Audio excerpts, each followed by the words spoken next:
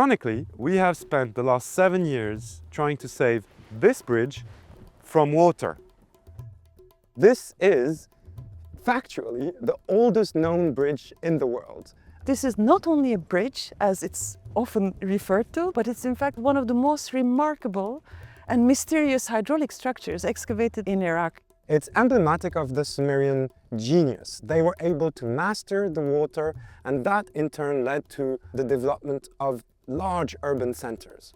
This bridge also tells us another story, the story of the collapse of the Sumerian civilization as a whole.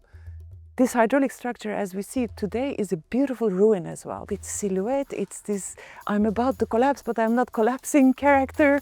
So whatever we do here, we want to keep it minimal. We want to just support it where necessary to protect and maintain its ruin character as well, because that's what amazes all of us when we see the bridge for the first time. I'm Sébastien Rey, Curator of Ancient Mesopotamia at the British Museum and Director of the Girsu Project. My name is Ebru Torun. I'm an architect specialized in conservation, and that's how I got involved in the British Museum project to take care of the site of Girsu and especially our dear bridge here. And welcome to my corner.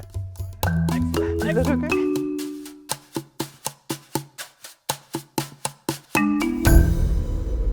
This unusual building that you can see behind me is entirely made of bricks and bitumen, measuring about 50 meters long, 30 meters wide, and as you can see, it has a very unusual layout. It has an X-shaped plan, more or less, like two main symmetrical walls that are supported with buttresses.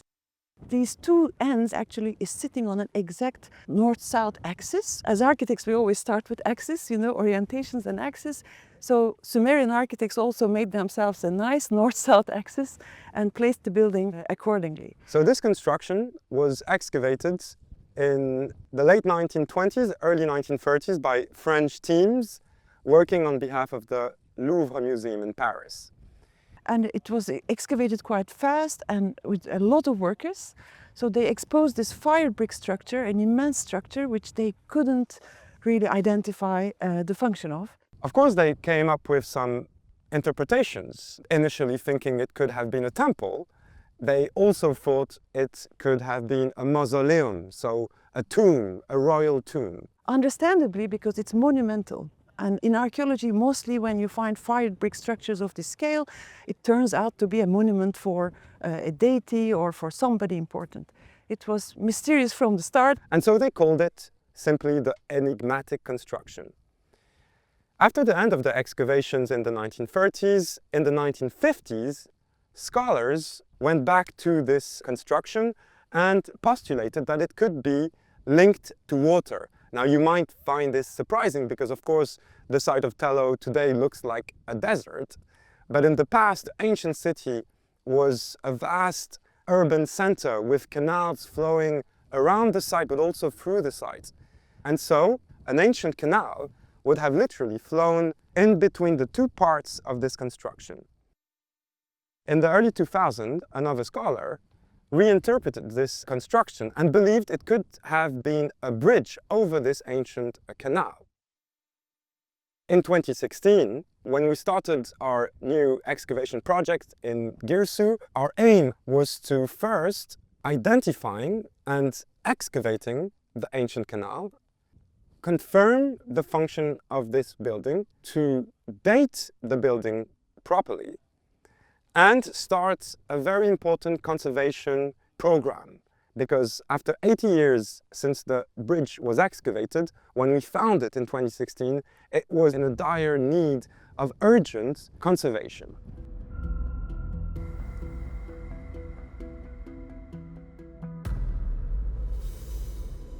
Today, archaeology possesses a number of tools: drones, satellite images, geophysics, technologies that, of course, our predecessors didn't have. We had the suspicion, we had the hypothesis that in fact this structure was sitting on an ancient canal. So that was the first step. We flew a drone over the site of the bridge, identified the trace of this ancient canal, and then we decided to excavate the canal. archaeologists made trenches to the north of the structure to see whether we are going to hit actually stratigraphy of a canal. And that's exactly what they found. I am in fact standing on this ancient dried up canal, and you can notice that it is slightly raised above the surrounding archaeology. So just look at the workers behind me. They are much smaller than I am, and if I take a few steps back, I will fall 5 meters. The reason why this canal is preserved in this way is because the rain erodes much quicker the archaeological remains made of sun-dried mud bricks than the very hard silt and sediment of this dried up canal. Over a number of seasons, we were able to excavate the canal and prove that it was indeed contemporary with the construction itself. So what are we doing here and how do we approach this building, try to understand this building? Architects and archaeologists work together to understand the structure. And architects and archaeologists working together is not evident, is not a simple thing. But here I think we found the right balance. And while archaeologists are trying to understand not only the structure but also the context it's sitting in, we architects, we're trying to understand, we're focusing on the building, actually literally brick by brick, every face of wall that we see, the types of bricks, look at the joints, in order to understand how it was maintained and changed through centuries. And we approach this structure without any preconception, without calling it a tomb or a temple or a bridge. So what did I do? I said, okay, we're dealing with a structure built on a canal. So we tried to find examples of historic buildings that we can compare it with, which we failed. We didn't find any actually. So I started to look at hydraulic structures today as we know them. So you open a textbook of hydraulic structures and one of the first things you see next to dams and weirs and regulators, you find a structure called a flume. And the plan of a hydraulic flume today coincides exactly with what we have over here. And of course, even today, when you constrict a wide canal, make it narrower in the middle, of course it's very logical that you also span this canal with a bridge. In fact, in the middle, we have foundation walls, 3 symmetrical foundation walls, which must have carried a bridge. Now, as you can see, the canal would have run in the middle of the bridge. Where it's the shortest span was the location of the bridge, going up from east to west into the sacred city and the temple site of Girsu. So one must imagine thousands of Sumerian pilgrims would have walked over the bridge, across the canal, and entered the holy city to try and date this building. We opened a stratigraphic trench, so that's a step excavation which records all the archaeological layers, one on top of the others. These layers are connected to the bridge itself. So by dating the layers, in turn, we were able to date the different construction phases of the bridge. And so we were able to determine that the bridge, in its current state, as you can see it today, dates to the very end of the 3rd millennium or the very beginning of the 2nd millennium BC. But we could also identify a precursor bridge dating back to the middle of the 3rd millennium. That means roughly 4,500 years ago. So this is factually the oldest known bridge in the world. This is not only a bridge, as it's often referred to, like the oldest bridge in the world, which is a very attractive way of calling it, but it's in fact one of the oldest hydraulic structures that we know of 5,000 years ago. Because what does a flume do? It actually funnels an existing body of water, passes it through a constricted area, like squeezes it in the middle and lets it go downstream. And that's very important because it tells us a lot about the way the Sumerians would have managed the water. And this is emblematic of the Sumerian civilization as a whole. This is why this bridge is important. It's symbolic. It's emblematic of the Sumerian genius. When all the water is collected to the north of the structure and passed through this narrow throat, as they call it, in fact, it accelerates and the water level goes downstream. What it also does, in fact, doesn't do, it doesn't change the water level upstream, which must have been very important in this region because agriculture depended on nicely calibrated water levels. Why would they need the water to flow faster? That's also very easy to understand because we are nearly level with the sea. We know that water tend to stagnate here. So you don't want your water in a canal to stagnate. You want navigation, you want it to flow. So I think it makes a lot of sense that they squeeze the canal to let it flow faster, just like you would squeeze the mouth of a hose, you know, when you're gardening. The research that we're carrying out here at the bridge feeds into another key question. Why a city like Girsu, with perhaps 20,000 inhabitants, suddenly collapsed after 1,000 years of existence? And this collapse happened very quickly. And it didn't only happen in Girsu. Many urban cities also were abandoned at that time.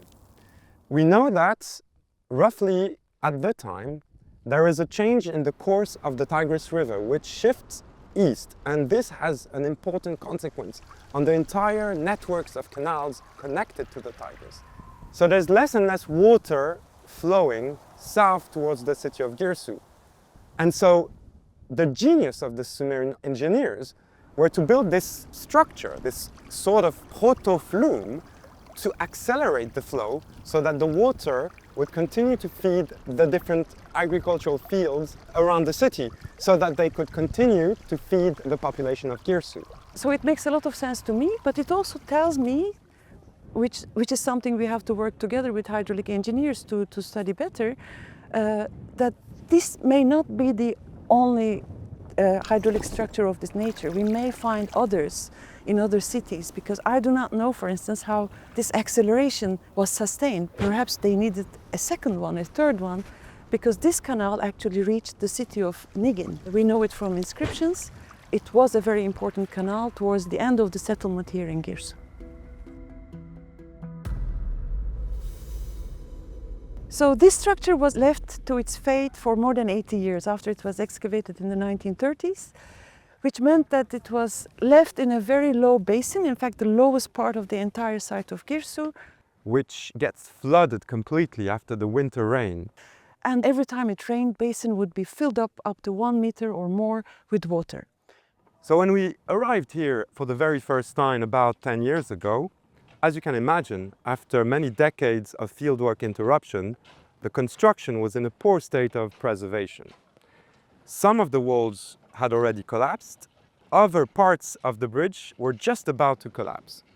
And we had to start what we call emergency conservation. So it was an immense challenge. We had very little time trying to save this bridge from water. So this brings us to the discussion of how to preserve this bridge. And actually it's a very difficult task. It could give an architect a kind of a panic attack, if I may say. But of course, pulling up was one big problem. So what did we do? We created a drainage system. It's large pits, some pits, very deep, very large, at the lowest part of the basin. So we find the lowest part in the topography. We create huge pits. We fill them up with upside down boxes, plastic boxes actually, to keep it all the time empty. And make channels filled with gravel leading to those detention basins to divert the water away from our walls as much as we can. So we have channels collecting the water between the buttresses. They lead to a main channel, and that main channel goes to a detention basin. And we in fact create also a secondary drainage line at the base of the slopes that collects the water and the silt that's coming down from the slopes. And we have the drainage channels at the base. And we have succeeded, more or less, to keep the bridge dry. And sometimes when it really rains very hard, everywhere else is muddy and wet and full of water, except the basin of the bridge. So I'm proud of that. Of course, it was very obvious that one of our main problems is water. But just like a doctor would do with a sick patient, we don't just immediately attack the first symptom we see, but we try to understand the whole decaying process, you know, the agents of deterioration and in fact the mechanism, the dynamics of deterioration. We're at the east side of the bridge, where we also have just started repair works. You may wonder why the upper part of this wall is better preserved than the base. One of the reasons here is that you may perhaps see a horizontal joint where the ancient builders used bitumen. collapse, so it blocks the dampness here.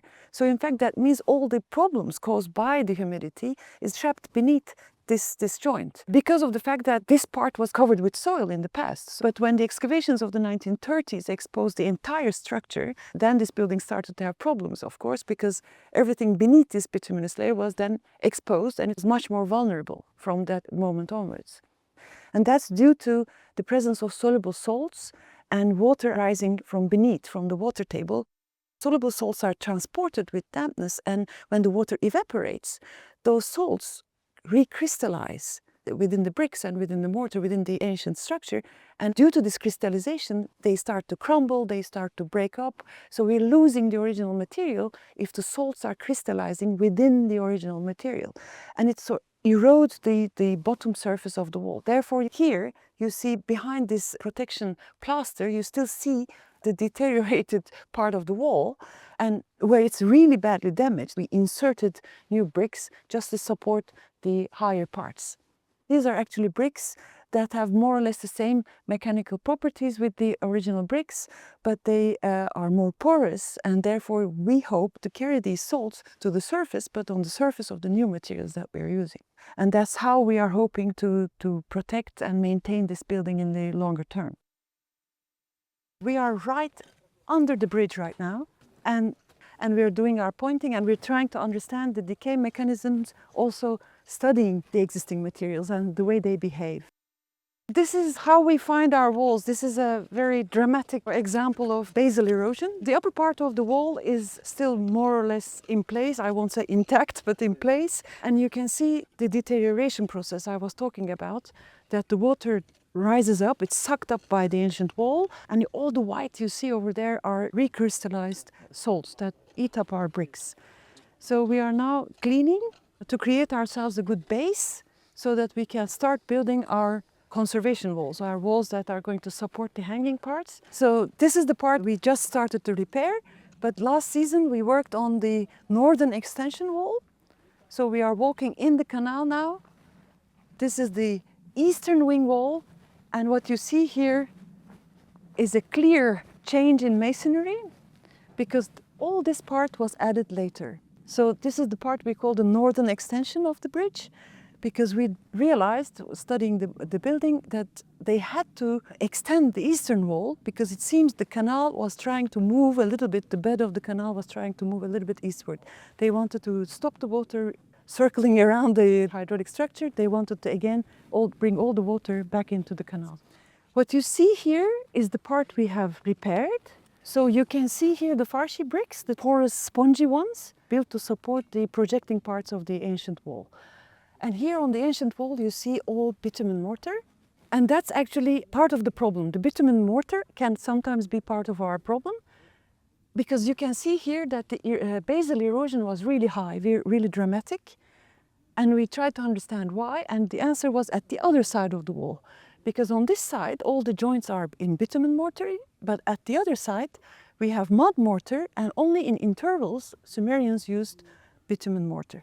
And this line was the line of bitumen on the other side. So all the water was actually trapped under that line, and all the problems were accumulated, all the basal erosion was concentrated beneath that bitumen layer.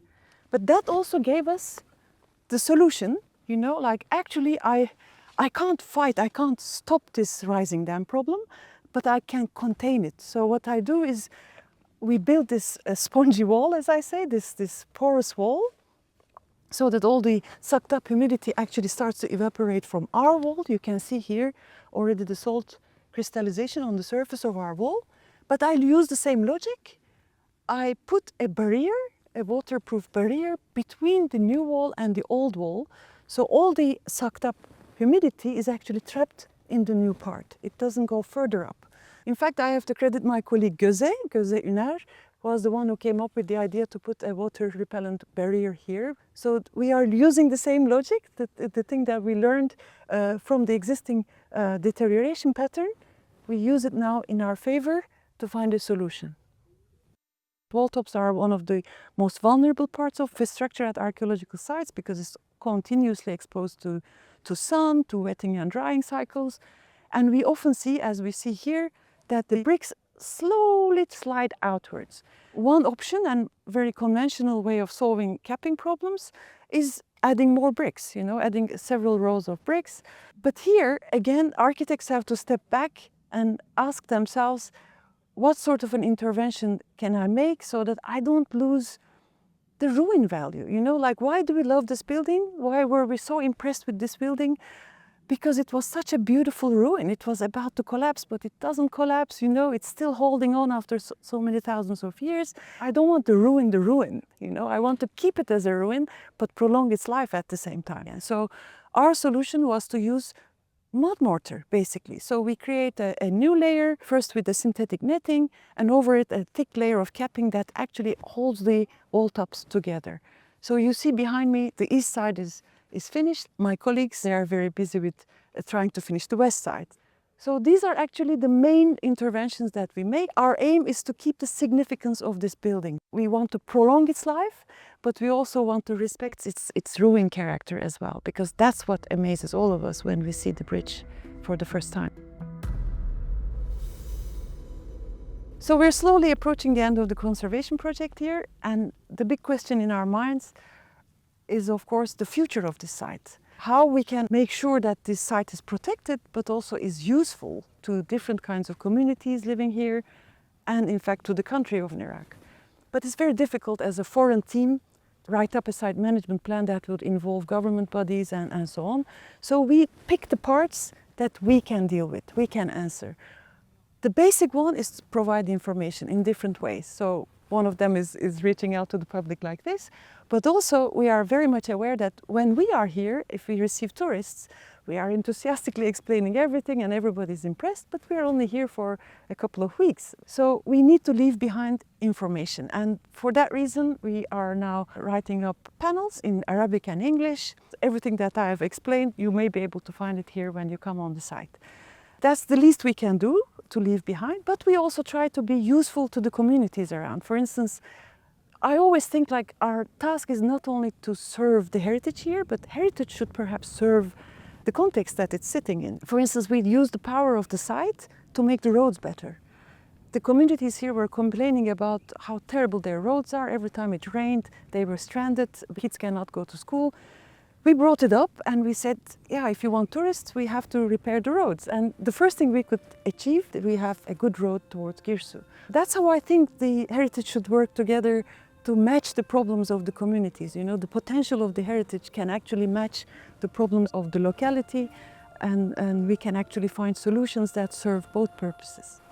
So that's our intention, to leave behind a sustainably managed heritage site. إلى أهل العراق، الهيئة العامة للآثار والتراث، مشروع جيرسو والمتحف البريطاني جعلوا الأشياء تعمل كما يجب، وبنوا ورمموا البنيان المبهم جسر جيرسو إلى وضعه الصحيح في سنة 2025.